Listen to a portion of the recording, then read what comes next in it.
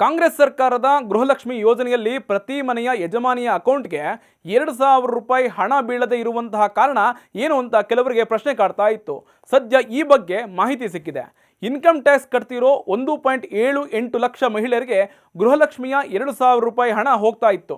ಅಂತಹವರ ಬಗ್ಗೆ ದಾಖಲೆ ಪರಿಶೀಲನೆ ಮಾಡೋದಕ್ಕೆ ಇ ಗವರ್ನೆನ್ಸ್ ಇಲಾಖೆಗೆ ತನಿಖೆ ನಡೆಸಲು ಮಹಿಳಾ ಮತ್ತು ಮಕ್ಕಳ ಕಲ್ಯಾಣ ಇಲಾಖೆ ಮನವಿ ಮಾಡಿಕೊಂಡಿದೆ.